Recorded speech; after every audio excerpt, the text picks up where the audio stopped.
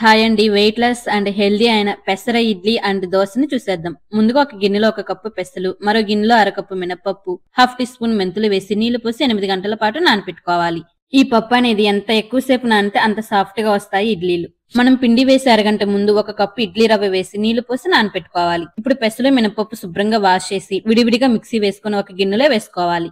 అరగంట ముందు నానపెట్టుకున్న ఇడ్లీ రవ్వని శుభ్రంగా కడిగి వాటర్ లేకుండా పిండి ఈ పిండిలో వేసుకోవాలి. నెక్స్ట్ ఇందులో రుచికి సరిపడినంత ఉప్పు వేసి బాగా కలిపి మూత పెట్టి నైట్ అంతా పులియబెట్టాలి.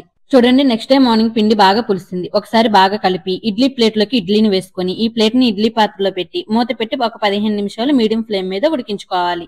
చూడండి, ఇడ్లీ ఉడికిపోయాయి. ఒక 5 నిమిషాలు పక్కన పెట్టి ఇడ్లీని తీసుకోవడమే. ఇదే పిండితో దోశ వేసుకోవచ్చు, చాలా బాగుంటుంది. స్టవ్ మీద దోశ ప్యాన్ పెట్టి బాగా హీట్ అయిన తర్వాత దోశ వేసుకొని కొంచెం ఆనియన్, కొంచెం ఆయిల్ వేసుకొని గోల్డ్ కలర్ వచ్చేంత వరకు కాల్చుకోవాలి. అంతే అండి, చాలా చాలా బాగుంటుంది. మీరు కూడా తప్పకుండా ట్రై చేయండి.